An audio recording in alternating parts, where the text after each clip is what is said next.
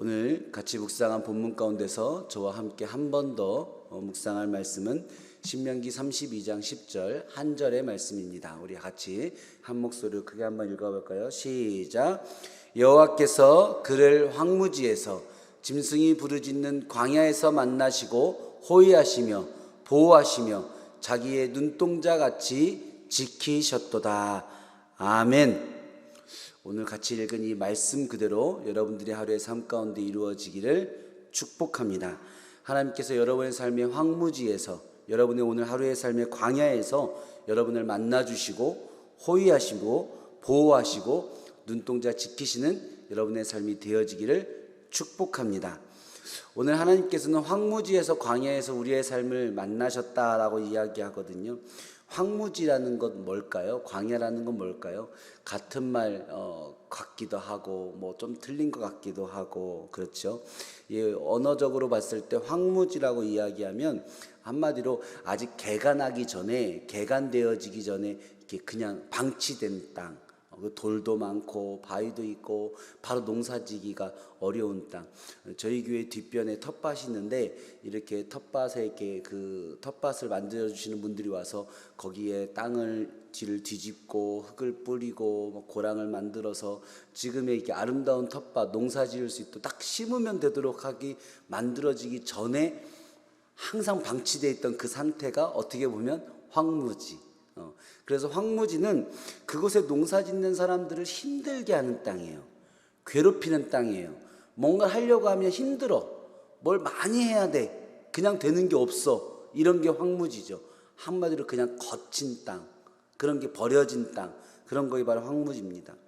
광야라는 것은 조금은 다른 의미입니다. 광야라는 그 말체의 그 뜻이 있잖아요. 광야는 그냥 넓은 땅이에요. 그냥 텅 비어 있어. 아무것도 없는데 너무 넓어. 그래서 어디 뭐 한참을 걸어가도 사람 만날 일이 확률이 적어요. 한참을 걸어가도 어디에 물이 있을 만한 곳이 적어요. 언제까지 가야 될지 모르는 땅, 그런 곳이 바로 광야예요. 예. 제가 생각을 해봤습니다. 광야라는 땅에서 우리가 만나는 인생의 어려움의 감정은 뭘까? 제가 그냥 묵상해 보기에는 힘든 것, 괴로운 것, 그런 것이 아마 황무지에서 우리가 느끼는 인생의 마음이라면, 광야에서 느껴지는 것은요, 두려움과 염려. 언제까지 이 길을 가야 하지? 아마 40년 동안 광야에서 헤맸던 이스라엘 백성들의 마음이 아마 그런 두려움이었을 겁니다.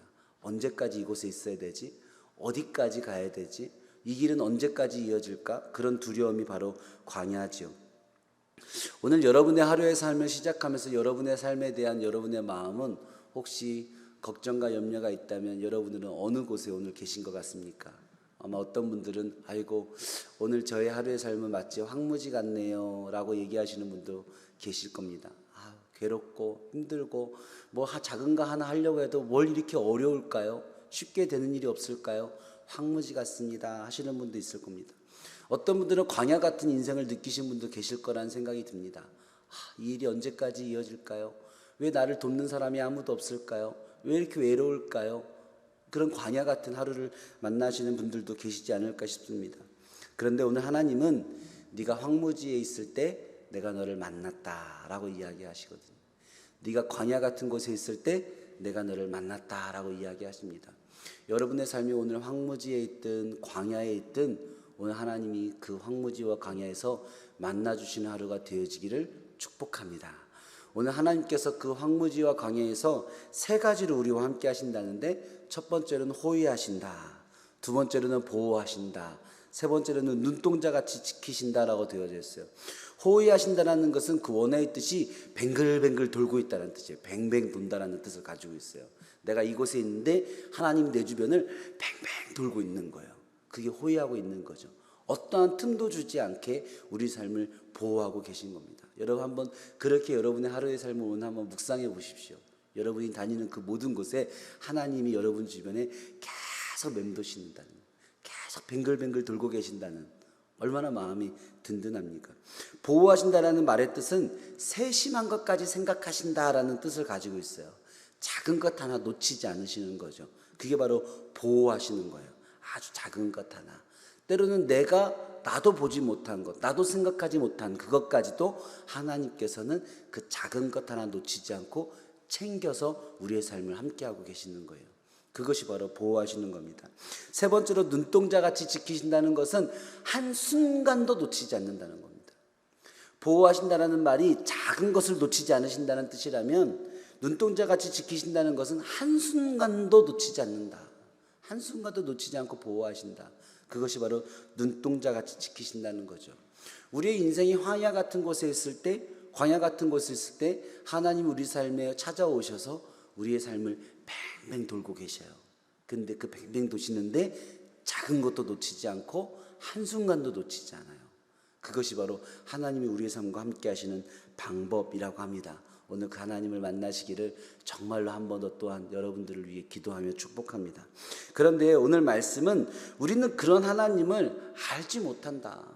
이런 하나님이신데 그 하나님을 알지 못하고 오히려 그 하나님을 향해서 악을 행할 때가 많다 되어 있어요. 우리가 같이 지금 한 번도 묵상하진 않았지만 오늘 같이 묵상한 본문 5절을 보면 그들이 여호와를 향하여 악을 행하니 하나님의 자녀가 아니요 흠이 있고 삐뚤어진 세대로다 라고 되어져 있습니다. 우리 이렇게 우리의 삶을 만나주시고 우리의 삶을 호위하시고 보호하시고 눈동자같이 지키신 하나님을 알지 못할 뿐만 아니라 그 하나님을 향해서 우리가 악을 행하고 있다는 겁니다. 그래서 이 정도 되면 자녀 아니야. 너무 하나님 앞에 서기에 흠이 없어. 그리고 우리는 삐뚤어진 세대야. 제가 요즘 중학생들과 청소년 사역하다 보니까 이 삐뚤어진 세대라는 단어에 굉장히 민감하거든요. 그 하나님 보시기에 삐뚤어진 세대야. 너 뭐가 그렇게 힘드냐? 뭐가 그렇게 어렵냐? 왜 하나님께 자꾸 그러냐? 우리의 모습이 하나님 보실 때 그럴 때가 있다는 거예요. 그런데 우리가 그렇게 하는 이유가 뭐예요? 하나님에게 악을 행하고 있고 하나님의 자녀야 정말 너 내 아들인지 내 딸인지 모르겠다. 그렇게 이야기 되어지는 이유가 뭐냐면 7절에 보니까 이렇게 돼 있어요. 옛날을 기억하라. 옛날 역대의 연대를 생각하라. 내 아버지에게 물으라. 그가 내게 설명할 것이요 내 어른들에게 물으라. 그들이 내게 말하리로다. 아멘. 이 신명기를 우리가 묵상해오는 주제에서 모세가 얘기하는 모든 이야기의 핵심의 하나를 꽂으라면 지키라, 행하라 이런 말도 중요한 말이지만 제가 만약에 한 가지 단어 모세가 이 신명기 수많은 율법의 이야기에서 모세가 정말 얘기해주고 싶은 한 가지 단어를 꽂으라고 한다면 저는 기억하라입니다. 기억하라. 오늘 하나님은 너희들이 왜 하나님을 향해서 악을 행하고 하나님의 자녀인가 아닌가 흠이 너무 많고 삐뚤어진 세대가 되냐면 너희들이 하나님을 생각하지 않기 때문에 하나님을 기억하지 않기 때문에. 그럼 하나님을 기억하고 하나님을 생각하기 위해서 뭐를 하라고 얘기했어요? 오늘 말씀해 보니까 7절에 물으라. 누구에게 물어라? 내 아버지에게 물어라. 누구에게 물으라? 어른들에게 물으라. 물어봐라. 도대체 누가 너희를 누가 너희를 황무지에서 만나 주셨는지, 누가 너희를 광야에서 만나 주신지, 그분이 너에게 어떻게 해 주셨는지 아버지에게 물어라. 어른들에게 물어라. 그럼 아버지가 얘기해 주는 거죠. 하나님이 우리의 삶을 뱅글뱅글 도셨어. 작은 것도 챙겨주셨어. 한순간도 놓치지 않았어. 아버지가 얘기해 줘야 된다는 거예요. 어른들이 얘기해 줘야 된다는 거예요. 여러분, 아버지가 아들에게 얘기해 주는 거, 어른들이 어린이들에게 얘기해 주는 그것을 우리가 알고 있는 너무나 쉬운 말로 바꾼다면 그것을 우리는 역사라고 얘기하는 겁니다. 우리 가정의 역사, 신앙의 역사, 교회의 역사, 민족의 역사, 그 역사를 들려주는 거죠. 우리가 옛날에 이런 말이 있습니다. 역사를 잊은 민족에겐 미래가 없다. 우리가 이런 말 쉽게 하잖아요. 그렇죠? 근데 그 역사는요, 역사를 잊은 민족에게 미래가 없다는 그 말이 맞는 말인데, 여기서 이 역사는 결코 아이들이 어른들에게 가르쳐 줄 수 없는 것이에요. 어른이 아이에게 물을 수 없는 것이에요. 아이가 어른에게 물어야 되는 거예요. 아들이 아버지에게 물어야 되는 거예요. 여러분, 역사는 경험한 자가 경험하지 않는 자에게 물려주는 것이에요. 경험한 사람이 경험하지 못한 자에게 얘기해 주는 게 역사예요. 들은 자가 듣지 못한 자에게 가르쳐 주는 것이 역사예요. 여러분, 그것이 우리가 하나님을 믿는 신앙 안에서도 너무나 중요한 이야기라는 겁니다. 기억하고 생각하고 물어야 된다. 저는 신학 석사를 역사를 전공을 했어요.